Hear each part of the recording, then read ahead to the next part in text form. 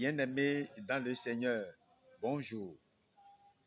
Je vous remercie très sincèrement d'être toujours ensemble avec moi dans cette activité que Dieu a permis que nous menions chaque semaine afin que les gens comprennent les thèmes et les textes à enseigner à tous les fidèles à chaque instant et à chaque moment. Tous ceux qui écoutent ces paroles de Dieu sont bénis dans le nom de Jésus-Christ. Je vous assure que si vous écoutez ces paroles, vous passerez de longues vies, de longs moments dans le Seigneur. Rien ne pourra contre vous dans le nom de Jésus-Christ, car sa parole est vie. Sa parole nous donne vie et sa parole nous permet de vivre longtemps dans le Seigneur et d'avoir accès à sa félicité, à sa grandeur et à sa magnificence. C'est de cela qu'il s'agit, bien-aimés, dans le Seigneur. Et le thème qui nous est donné cette semaine et il dit à chacun ce qui le concerne. Et dans les instants à suivre, je vous donnerai les explications de ces deux textes qui sont Sophonie chapitre 3 verset 14 à 20 et l'évangile de Jésus-Christ selon Luc chapitre 3 verset 17 à 18. Après que je vous ai donné l'explication de ce que cela voudra dire, il dit à chacun ce qui le concerne. Bien-aimé, c'est de ça il s'agit. C'est à cet exercice-là que nous allons nous livrer tout à l'heure et chacun pourra tirer leçon de cet enseignement pour pouvoir orienter, nourrir son âme, et guider son chemin, orienter ses pas dans le Seigneur. Que le Saint-Esprit, l'Esprit de Dieu soit avec nous et nous conduire dans ce que nous pouvons faire pour une parfaite compréhension de tout le monde. Au nom de Jésus-Christ. Amen. Bien-aimé, il dit à chacun ce qui le concerne. Pour mieux appréhender ce thème, nous devons forcément répondre aux questions suivantes. À qui le Seigneur dit ce qui le concerne? À quel moment et comment? Et pour y arriver, qu'il vous souvienne que dans le thème précédent, les amis auxquels chacun a été invité devaient normalement lui permettre de se repentir et de produire de bons fruits. C'est pourquoi, dans le livre d'Isaïe chapitre 40, versets 1 à 11, il était question essentiellement de l'œuvre de Dieu dans les cœurs pour les tourner vers lui.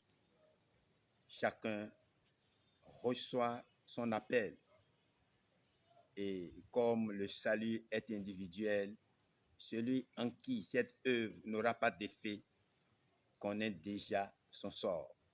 Ce qui justifie bien le choix laissé à Israël et à chaque homme entre la colère de Dieu et la repentance. Luc chapitre 3, versets 1 à 6. Alors, ne peut entrer dans cette intimité avec Jésus que celui qui l'a reçu, celui qui a cru en lui. La parole de Dieu nous dit, Jésus lui répondit, si quelqu'un m'aime, il gardera ma parole et mon Père l'aimera.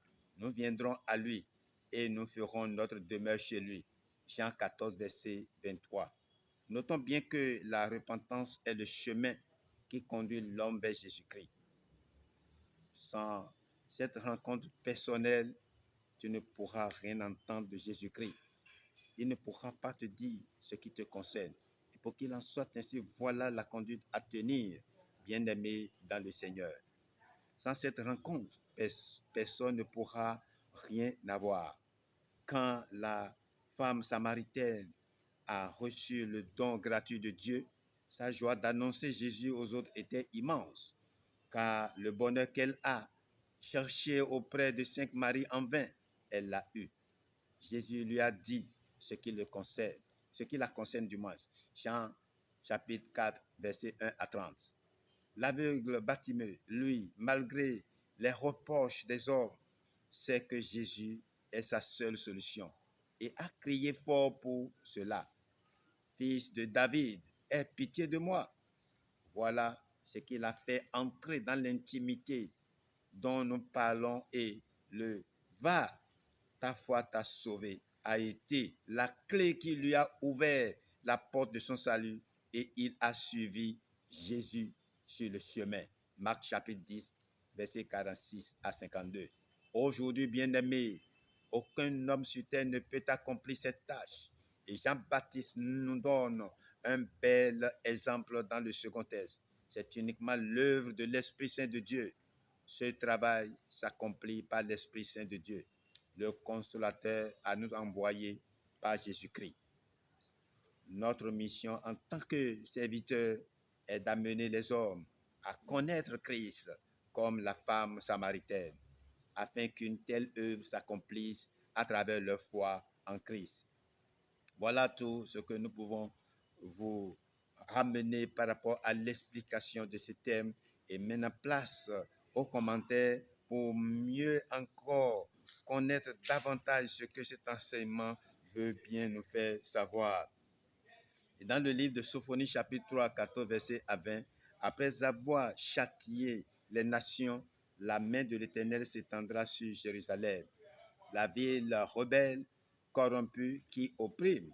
Hélas, les 4 reproches qui suivent au verset 2 pourraient être adressés même à des enfants de Dieu quand ils négligent soit la parole. Elle n'écoute pas la voix, elle ne reçoit pas l'instruction. Soit la prière, elle ne se confie pas en l'Éternel, elle ne s'approche pas de son Dieu. Alors, s'accomplira la parole du Seigneur Jésus. L'un sera pris et l'autre laissé. Matthieu chapitre 24, verset 36 à 42. Les rebelles, les orgueilleux, les hautains seront ôtés. Verset 11. Et l'Éternel laissera subsister ici-bas un peuple affligé, abaissé, se confiant en lui seul. Verset 12. Joie pour ce résidu. Verset 14. Joie plus grande encore pour le Seigneur dont les affections seront satisfaites. Il se reposera dans son amour. Ce verset 17 s'applique au règne de Christ, mais n'éveille-t-il pas dès à présent un écho dans le cœur de chaque racheté? Oui, pensons à son bonheur. Lui qui a pleuré sur la terre connaît déjà une joie pleine et entière et, cher ami croyant, c'est à ton sujet. Psaume 126, verset 6. Après le terrible travail de son âme, il jouira éternellement et les siens avec lui. Du repos parfait de l'amour, verset 17, Jérémie 32, verset 36 à 42. De Luc chapitre 3, verset 3 à 18, Jean a exhorté et évangélisé le peuple, verset 18. Messager fidèle, il a parlé de Christ et de sa puissance, après quoi il est mis de côté. Sa tâche accomplie. Quel bel exemple il est pour nous qui désirons servir le Seigneur. Il n'est pas en notre pouvoir de convertir qui que ce soit, non. Mais notre vie et nos paroles doivent préparer ceux qui nous connaissent à recevoir le Seigneur Jésus. Il ne suffit pas d'appeler à la repentance. Il faut présenter le Sauveur. Il faut marcher à la lumière du Sauveur. Jésus paraît donc en grâce. Il prend place avec ceux de son peuple dès leur premier pas dans le bon chemin. Bien-aimés dans le Seigneur, voilà, nous devons refléter Christ en tant qu'enfant de Dieu. Nous devons montrer les caractères de Christ en toutes choses, dans tout ce que nous faisons. Bien-aimés, c'est notre mission en tant que serviteur de Dieu. Et il nous faut marcher en tant qu'enfant de Dieu, où que nous soyons, comme Christ nous l'a montré. C'est l'essentiel. Alors, c'est pourquoi nous avons choisi pour vous ce cantique. Ce cantique qui invite tous à venir à Jésus. Et il est intitulé le cantique 637 du livre Yoruba. Venez à Jésus sans perdre de temps. Jésus vous attend. La joie est immense quand vous aurez venu, quand vous aurez le privilège de comprendre, quand vous accepterez Christ comme votre seul sauveur, unique sauveur du monde. Vous verrez la joie qui inondera votre cœur.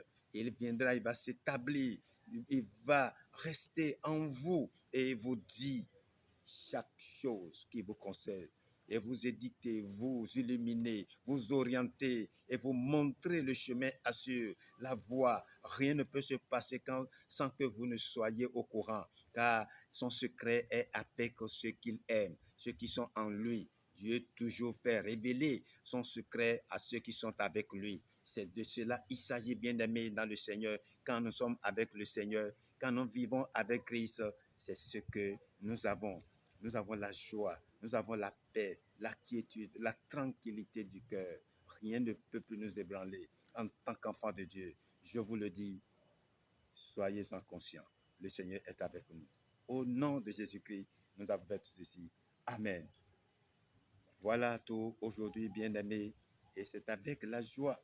Je suis heureux que ceci soit envoyé à vous aujourd'hui qui m'écoutez, vous qui me suivez, vous qui aimez, vous qui pouvez recevoir cette parole. Écoutez, mettez cette parole en pratique et vous verrez l'abondance de la joie inondée en vous, dans vos cœurs, dans tout ce que vous faites. Au nom de Jésus-Christ, nous avons prié. Amen. Votre serviteur, humble serviteur, Ngbo Denakbo Ignace, des églises des chérubins et séraphins. Je vous remercie et je vous dis à très bientôt pour d'autres publications dans le Seigneur. Bye bye, à bientôt.